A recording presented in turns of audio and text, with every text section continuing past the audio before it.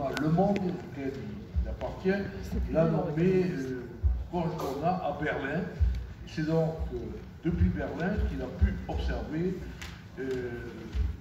la perception de tous les événements tragiques qui se sont déroulés en Ukraine et aussi au Proche-Orient, et il a pu également, par sa connaissance de la politique intérieure allemande, qui nous a valu beaucoup d'analyses à l'époque d'Angela Merkel et depuis le retour de la gauche allemande au pouvoir, des analyses très pénétrantes. Donc nous allons écouter avec très grande attention et après nous pourrons débattre ensemble, à la fois à l'estrade de la salle comme ce matin, avant que notre ami Gilles Gabard passe à la conclusion. Alors Thomas Wider qui nous a rejoint depuis Bordeaux, oui, c'est fort. Bon, en général les gens qui sont à Bordeaux restent à Bordeaux. Eh bien lui, il a fait le trajet de Bordeaux à toute course et il est là parmi nous. Merci.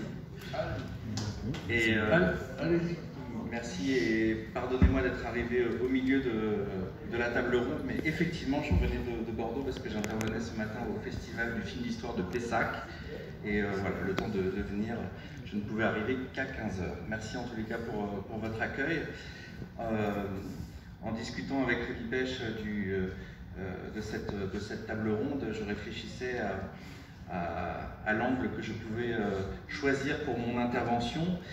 Et ce qui m'intéresse, donc je suis correspondant du journal Le Monde à Berlin, ce qui m'intéresse beaucoup du point de vue de la guerre et de la paix, c'est d'observer à quel point la perception en fait du conflit russo-ukrainien, donc depuis le 24 février 2022, est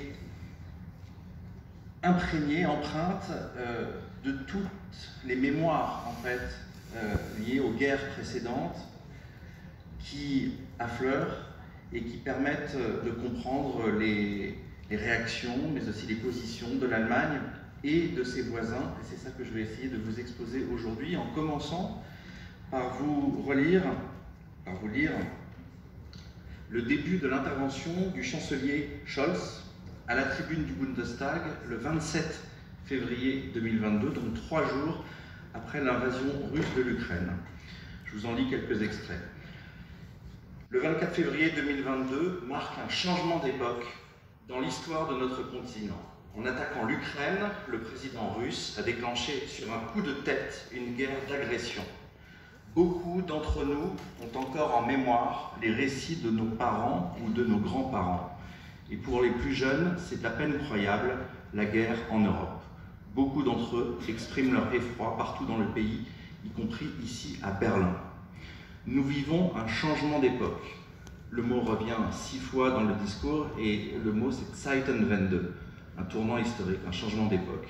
Et cela signifie le monde d'après n'est plus pareil que le monde d'avant.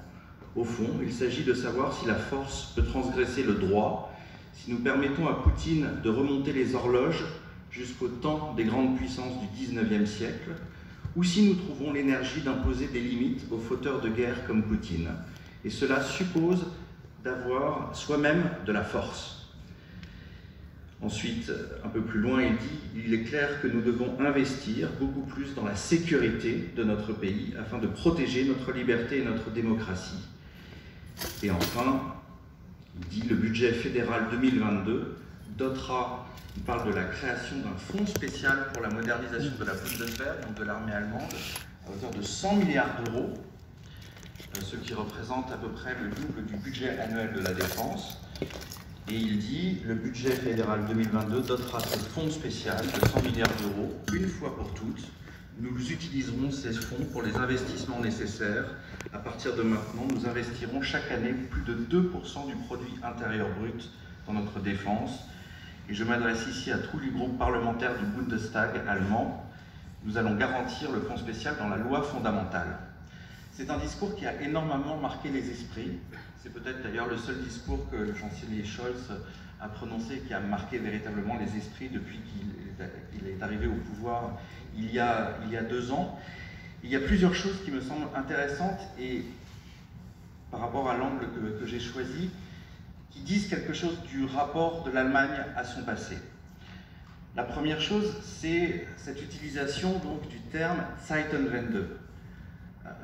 Donc je vis en Allemagne, tous les jours, il y a des articles qui titrent Zeitenwende. C'est devenu une sorte de marque dans le discours public allemand. C'est entré véritablement dans le langage courant. Et c'est très frappant parce que en Allemagne, par exemple, toutes ces expressions sur le monde d'avant et le monde d'après qu'on a vu apparaître en France au moment du Covid, souvenez-vous. Les premières discussions dès le moment du confinement, ça y est, c'est le monde d'avant, c'est le monde d'avant disparaît, nous entrons dans le monde d'après, etc. Ces discussions-là n'ont pas du tout eu lieu en Allemagne. En revanche, cette opposition entre monde d'avant et monde d'après, elle est apparue en Allemagne au moment de la guerre en Ukraine, et je ne pense pas que ce soit le cas en France, où il y a une si forte perception d'une rupture liée au 24 février 2022, même si on reconnaît l'importance de l'événement. Et ça, je pense que c'est tout à fait lié, évidemment, au rapport particulier de l'Allemagne à la guerre, au rapport particulier aussi de l'Allemagne à la Russie. Et là, je voudrais entrer dans un deuxième point pour expliquer pourquoi, justement, c'est une rupture. Pourquoi c'est une rupture? Tout simplement parce que, alors évidemment, il dit cette guerre a contraint les Allemands, et c'est vrai, à réviser totalement leur politique énergétique, à mettre fin aux livraisons de gaz russe, qui avaient commencé dans les années 1970, dans la suite de l'Ostpolitik du chancelier Willy Brandt, et qui se sont ensuite fortement accrues dans les années 2000, sous le chancelier Schröder, puis sous Angela Merkel. Je rappelle juste, pour vous donner un ordre de grandeur, qu'en 2005, l'Allemagne importait 25% de son énergie, c'était du gaz russe, et à la veille de l'invasion de l'Ukraine, c'était 60% de son énergie. Donc on comprend effectivement pourquoi, pour des raisons strictement économiques, cette guerre a profondément ébranlé l'Allemagne. Mais il y a des raisons qui ne sont pas qu'économiques. Il y a aussi des raisons mémorielles, il y a des raisons historiques. Pour bien comprendre les choses, toute la grande partie de ce qu'on appelle en allemand l'Erinnerungskultur, la culture de la mémoire qui s'est développée après la Seconde Guerre mondiale, le plus jamais ça, c'était, entre autres, mais c'est fondamental, plus jamais de guerre à l'Est et plus jamais de guerre avec la Russie. Cette mémoire du front de l'Est, des millions de morts à l'Est, a profondément, évidemment, marqué les familles allemandes et puis toutes les familles de cette région de l'Europe. Et il y a vraiment eu l'idée, alors en RDA, entre 1949 et 1990, c'était évident, mais en RFA, en Allemagne de l'Ouest aussi, c'est extrêmement frappant, et je pense que c'est une histoire qui n'est pas si connue que ça, parce qu'évidemment, on a de la RFA, et c'est juste l'idée que c'était sans doute le pays le plus allié aux États-Unis, dans le cadre de l'OTAN, dans le cadre du plan Marshall. La défense de la RFA était assurée évidemment par les Américains, les bases américaines en Allemagne de l'Ouest, mais malgré ce lien extrêmement fort entre Bonn à l'époque et Washington, dès le début des années 50, à l'époque du chancelier atlantiste qui était Konrad Adenauer, des liens très étroits se sont renoués entre Bonn et Moscou, et notamment par le biais des industriels ouest-allemands. Et ces liens se sont ensuite formalisés, on va dire, sur le plan diplomatique au début des années 1970, à l'époque du chancelier Willy Brandt, social-démocrate, qui a fait le pari, en quelque sorte, d'une normalisation des liens entre Bonn et Moscou, dans le cadre de la détente Est-Ouest. Et dans l'historiographie et la mémoire allemande post-1990, c'est comme ça que c'est raconté en tous les cas, l'ost politique de Willy Brandt est vu comme une sorte de première pierre, de premier jalon à ce qui est ensuite la réunification et la fin de la guerre froide.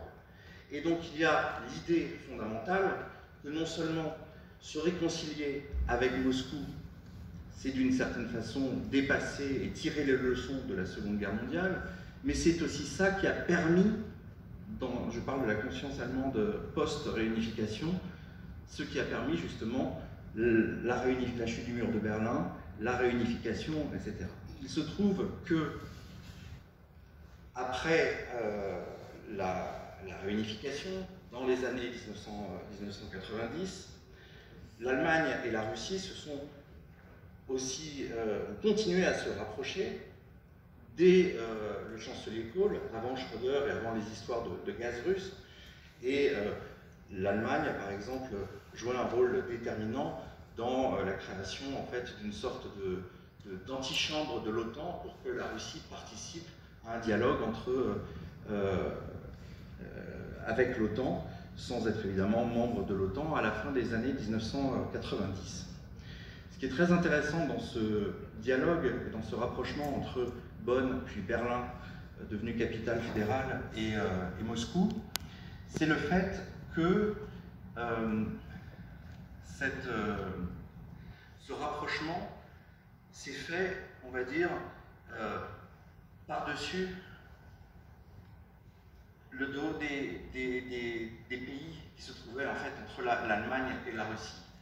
La Pologne, les pays baltes et l'Ukraine notamment. Et ça, c'était assez frappant. Moi, je suis arrivé à Berlin juste après, en fait, en 2016. Donc déjà à l'époque, la Crimée était annexée, l'est de l'Ukraine, la guerre dans le Donbass avait commencé. Et il était frappant de voir, à l'époque, que, par exemple, lors des commémorations du 8 mai, commémoration, donc, vous savez, ceux qui connaissent Berlin, qui est un immense, il y a 2 monuments soviétiques aux soldats soviétiques à Berlin. Il y en a un qui est près de la porte de Brandebourg, sur l'avenue qui mène à la colonne de la Victoire, célèbre par le film de Wim Wenders, Les Ailes du désir.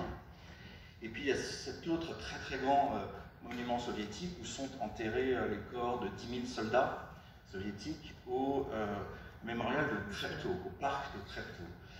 Et ce qui est très frappant, c'est qu'à partir, en fait, après j'ai fait des recherches, mais à partir du début, à partir de la révolution orange en Ukraine, c'est-à-dire au milieu des années 2000, où les mémoires russes et ukrainiennes de la Deuxième Guerre mondiale ont commencé à diverger, et où les Ukrainiens ont commencé à célébrer la fin de la Seconde Guerre mondiale le 8 mai, comme on le fait à l'Ouest, alors qu'en Russie, on le célèbre le 9 mai, la fin de la Grande Guerre patriotique. À partir de ce moment-là, s'est posé en fait pour les Allemands la question de qui on a en face de nous en fait, quand on va célébrer la fin de la Deuxième Guerre mondiale. Et il était très frappant de voir que progressivement, il n'y avait plus d'Ukrainiens qui venaient aux célébrations du 8 mai ou du 9 mai, et les alters égaux, enfin c'était les Allemands et les Russes. Et il y a eu ce sentiment qu'effectivement, du coup, comme les Ukrainiens et les Russes étaient déjà en conflit à partir de... Voilà, alors après ça s'est arrangé pendant quelques années, puis à partir de 2013-2014, la révolution dite de Maïdan, c'était devenu totalement incompatible. Du coup, il y avait ce sentiment qu'exprimait, je me souviens d'un entretien que j'ai eu avec l'ambassadeur d'Ukraine à Berlin, qui était quelqu'un, un vrai nationaliste ukrainien, admirateur